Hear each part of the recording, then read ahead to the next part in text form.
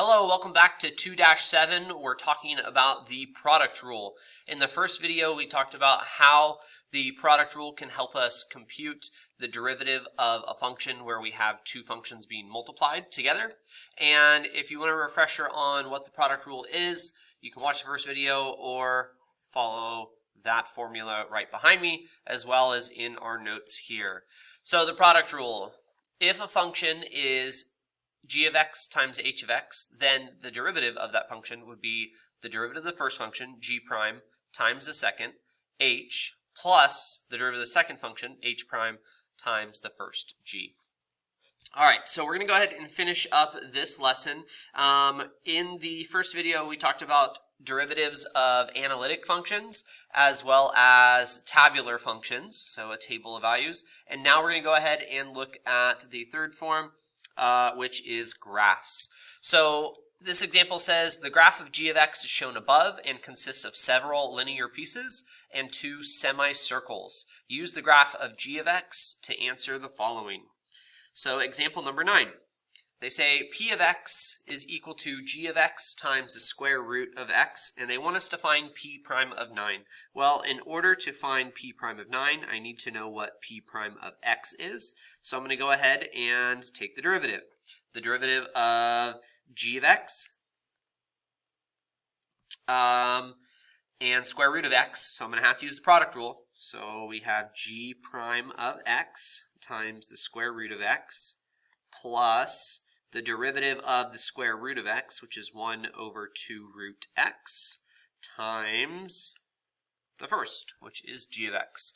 If you're unfamiliar with how I got this derivative here, I recommend that you pause the video now and just kind of go off to the side and compute the derivative of x to the power of 1/2, and you'll see how I got that. Okay, so there is p prime. Now we want to go ahead and find what is p prime of 9. So I'm just going to evaluate g prime of 9 times the square root of 9 plus 1 over 2 square root of 9 times g of 9. Okay, so it looks like I need to find the derivative at 9. It's going to be right here, and it looks like the derivative there is 2, and that function value is also 2. So g prime of 9 is 2, as well as the actual function value is 2. Okay, so just want to make that clear. The slope is 2, and the function value is 2. So we have 2 times 3 plus 1, 6 times 2. So it looks like we have 6 plus 1/3. Okay, and there is your answer. Example 10. h of x equals x squared g of x. Find h prime of 5. Okay, same game. I have to use product rule here because I have a function, x squared, and then a secondary function, g of x. So I'm going to find h prime of x first. Okay, so this is going to be 2x g of x plus g prime of x times x squared. Okay. H prime of 5, I'm going to go ahead and plug that in. So we have 2 times 5 times g of 5 plus g prime of 5 times 5 squared. Okay, so 10 times g of 5. So I'm going to go find what that is, g of 5. So I'll do it in a different color this time. There's g of 5. Okay, so g of 5 is equal to, it looks like 1. And then while I'm here, I already know I'm going to have to find g prime of 5. G prime of 5. And g prime of 5, well, that's a vertical tangent line. So v prime of 5 is undefined. It's a vertical straight up tangent line. V prime of 5 is undefined. So, our answer is going to be undefined. So that was 1 plus, well, this is undefined. Undefined. 25 times undefined, which doesn't make much sense.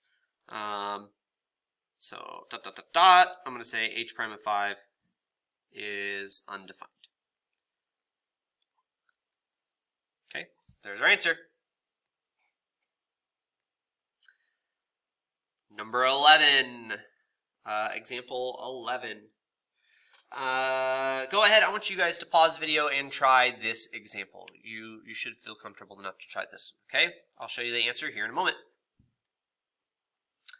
Okay, k of x. If I want to find k prime of x, I got to take the derivative.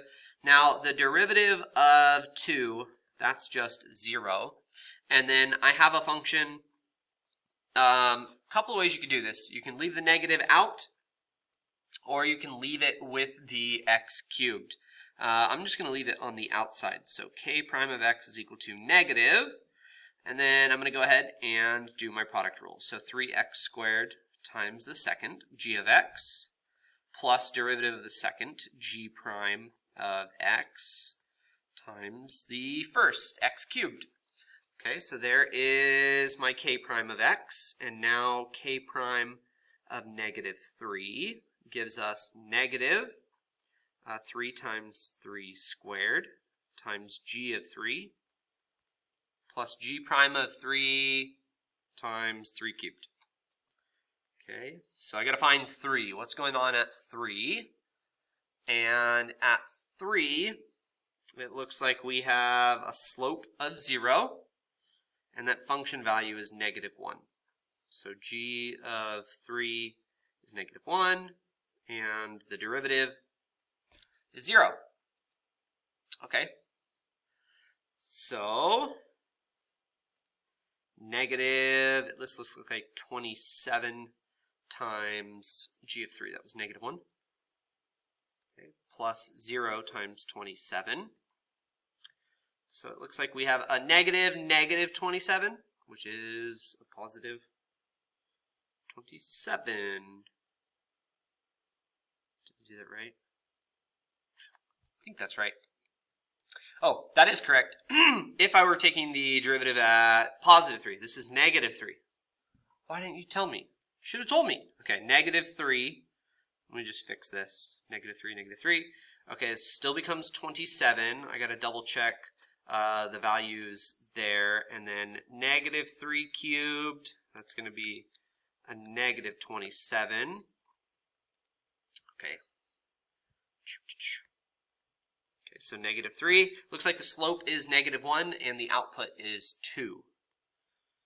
Output is 2. Okay, so this was a 2. This was a negative 1? Negative 1. Yes. Okay. So we have negative 54 plus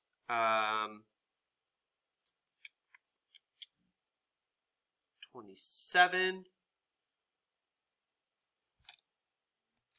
plus 27, which gives us 81. So negative 81 is our answer. Did you get that? Whew! I had trouble getting that. Dang. Okay. Example 12. Example 12 looks fairly straightforward, except the notation that they use is a little weird. So let's check it out. Y is equal to e to the x times g of x. Find dy dx at x equals 0. Okay, so the notation, dy dx, they want us to take the derivative at y. So that's the same thing as y prime. I need to know what y prime is, and then they want us to evaluate at x equals 0. So this vertical bar, that just means evaluate at, and then x equals 0. So I'll save that notation. The first thing I need is I need y prime, which is e to the x times g of x plus g prime of x times e to the x. Okay, so there's just your product rule, and now we're going to go ahead and evaluate at 0. So e to the 0 times g of 0 plus g prime of 0 times e to the 0, which e to the 0 is just 1, so really this is going to be g of 0 plus the derivative of 0. for G. So let's look at what's going on at G. So it looks like our function value is 1, and the slope there is 0. 1 and 0. Function value is 1. Slope is 0. So 1 is our answer. Okay, and confirmed. All right. So that's it. So that's graphical response, which nothing new. We're just using a graph to find our slopes. Okay, examples 13 and 14 are kind of cool. They give us two graphs on one graph. It's a 2-for-1 special. This is pretty awesome and epic. The graphs of f of x and g of x are shown above and consist of several line segments. Let j of x equal f of x times g of x. Okay, example 13. They say find j prime of 2, j prime of 0, and j prime of 6. Well, if I got to find out all of those, the first thing I'm going to go ahead and do is find out what is j prime of x. So the derivative of the first, okay, that's f prime of x times the second, g prime of x, plus derivative of the second, g prime of x times the first, f of x. Okay, so there's j, and now, or j prime, and now I need to figure out, okay, what is all of this? So j prime of -2, j prime of -2. So it looks like, whew, man, this is where like highlighters or different colors kind of come in handy. We could trace this function. So here's f. Well, I thought it was f. It's g. So there's g, and then f is in blue. Okay, so there's my function. Okay, so we're at -2. -2. Okay. And I'll put this in red. So f prime of -2.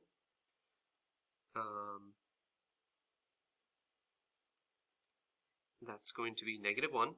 So -1 times g at -2, which is a -1. Okay, plus I'm going to plug g prime of -2, which looks like the slope of that line is 2, times f of -2, which gives us 3. Okay, and again, this is f prime of -2. This is f of -2. This is g of -2. This is g prime of -2. Okay, so we have 1 plus 6, which is 7.